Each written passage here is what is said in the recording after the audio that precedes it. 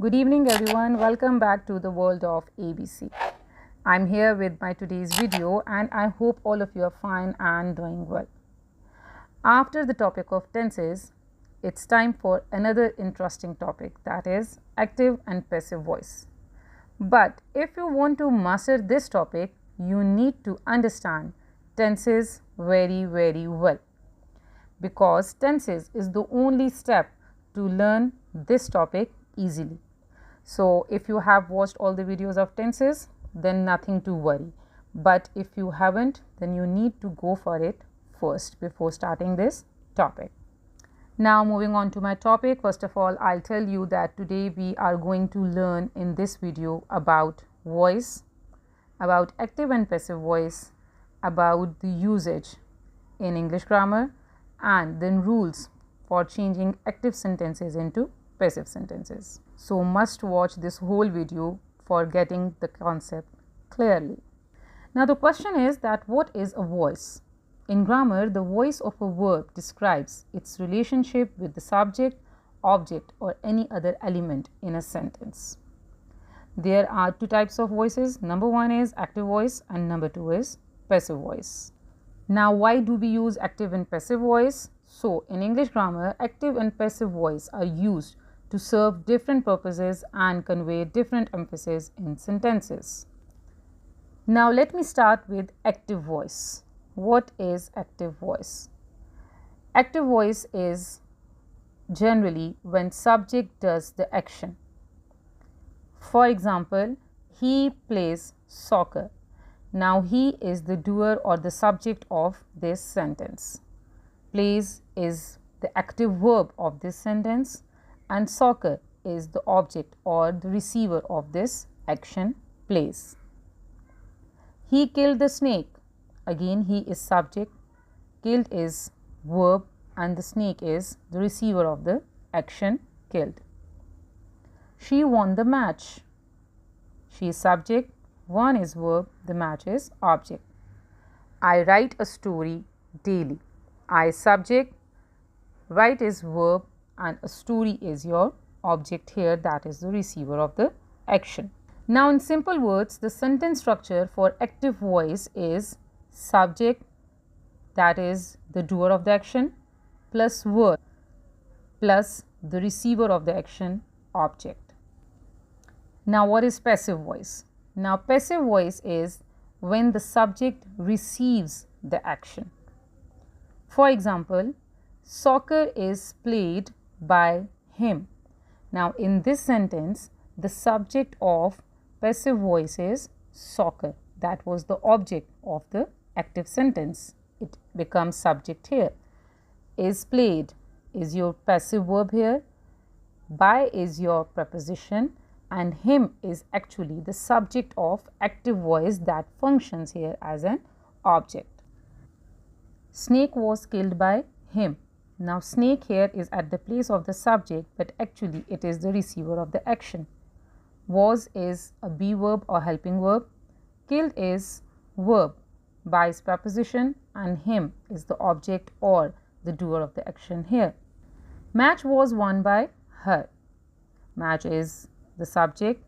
Was is your be verb. Won is verb. By is preposition, and her is object here. A story is written by me daily. Now in simple words, the sentence structure for passive voice is very important. Here, first of all, we will write the receiver of the action that will become the subject of this sentence in the start of a sentence. Then we will write be verb or a proper helping verb.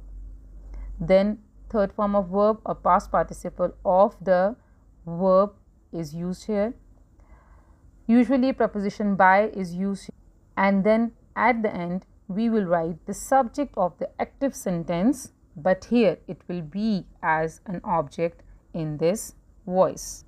So the formula is subject plus be verb plus verb plus by or preposition plus object.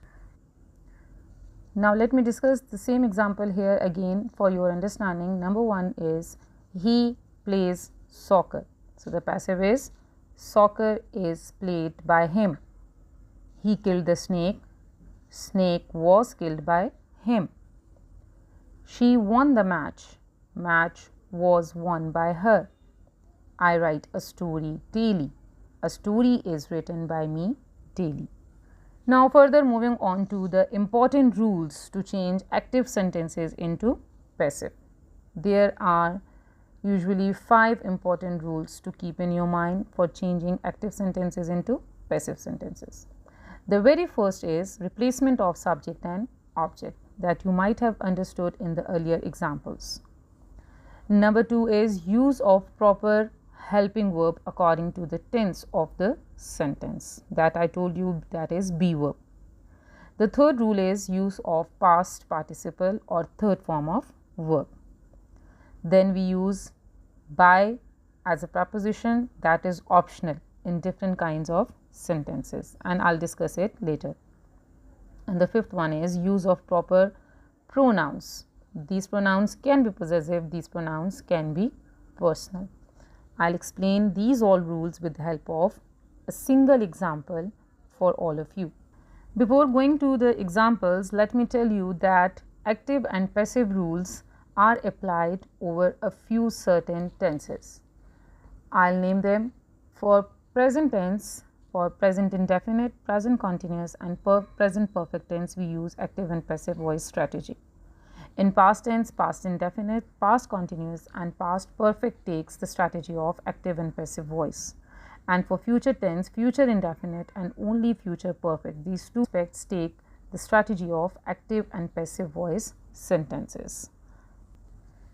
Now let me explain all the rules with the help of examples. For present indefinite tense, keep one thing in mind, that we have to follow all the 5 rules here. The very first rule, again just recall the rules, the very first rule is replacement of subject and object. Second rule is use of proper helping verb according to the tense. Third rule is use of third form of verb. Next you have to use by, and at the end you have to use proper pronouns if required, otherwise if the nouns are there you will write them as it is. Now the very first aspect is present indefinite tense. Example is squirrels eat nuts. When you will change this sentence, the very first thing you have to keep in your mind, that is sentence structure. The very first word, that is squirrels, it is the subject of the sentence, the doer of the action. It is performing what action? It is performing the action of eating. Squirrels eat. Eat is the active verb here. Nuts. Nuts is the receiver of the action, the object of the sentence. For subject, object and verb, you have to go back to the video of subject verb combination and you will get all the information about it in that video. I'll just share the link in the description. Now while moving to the change of active sentence to passive sentence, first of all recall the rules. Very first rule is replacement of subject and object. So nuts is object in this sentence, so you will take it to the place of subject, nuts. Then this is present indefinite, so helping verbs is, am and are. The helping verbs of continuous tense will be used here.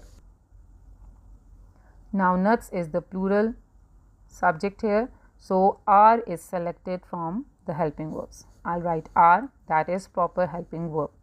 Third rule, third form of the verb, eat is the verb and the third form of verb is eaten.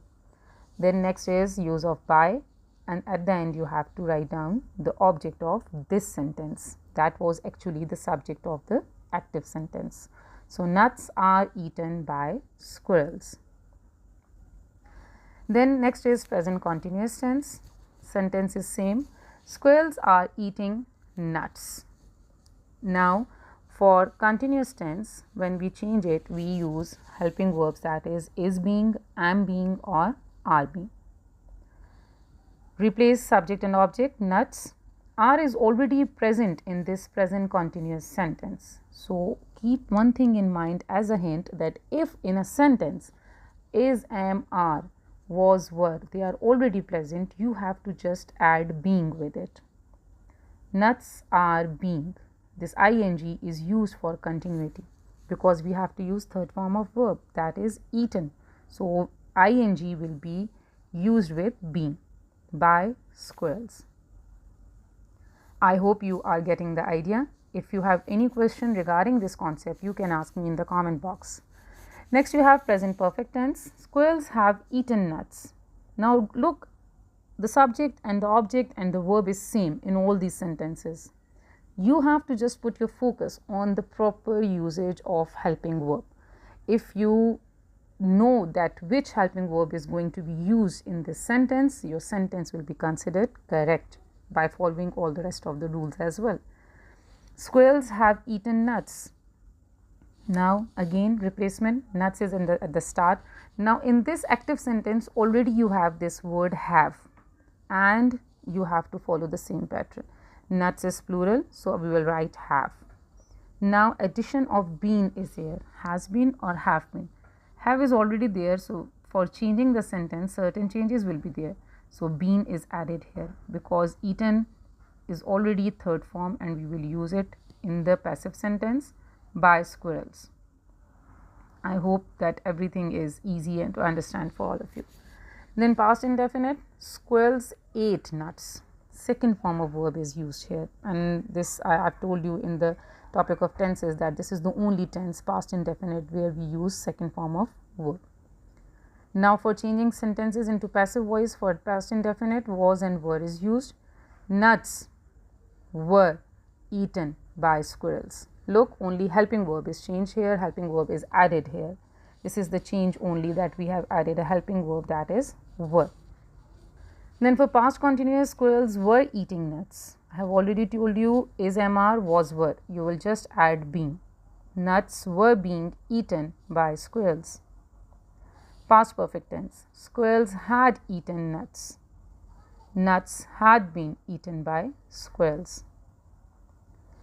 For future tense, we use will, shall. Squirrels will eat nuts. And when we'll change it into passive voice, we'll take the helping of continuous tense, will be or shall be. Nuts will be eaten by squirrels. All the 5 rules are applied here. Replacement of subject object, nuts and squirrels. Proper helping verb, will, is already there in the active sentence, and it is a hint for you that you have to just use be here as the helping verb of future continuous tense. Then third form of verb eaten, and by is there. Sometimes for futurity we use going to. Squirrels are going to eat nuts. So again is, are going to be will be used. Nuts are going to be eaten by squirrels. Now moral verbs, squirrels can eat nuts. Nuts can be eaten by squirrels. Only you will add be here. I hope you have got a know-how, a glimpse of this topic. I will explain in detail every single tense with the help of examples in my upcoming videos. But before going through this topic, I have already told you, please kindly go for tenses first, because tenses is very important to be understood first. If you have any question regarding this video, you can ask me in the comment box or you can text me personally. I'll highly appreciate and definitely give you feedback. I'll be there with my next video soon. Until then, take care. Bye bye.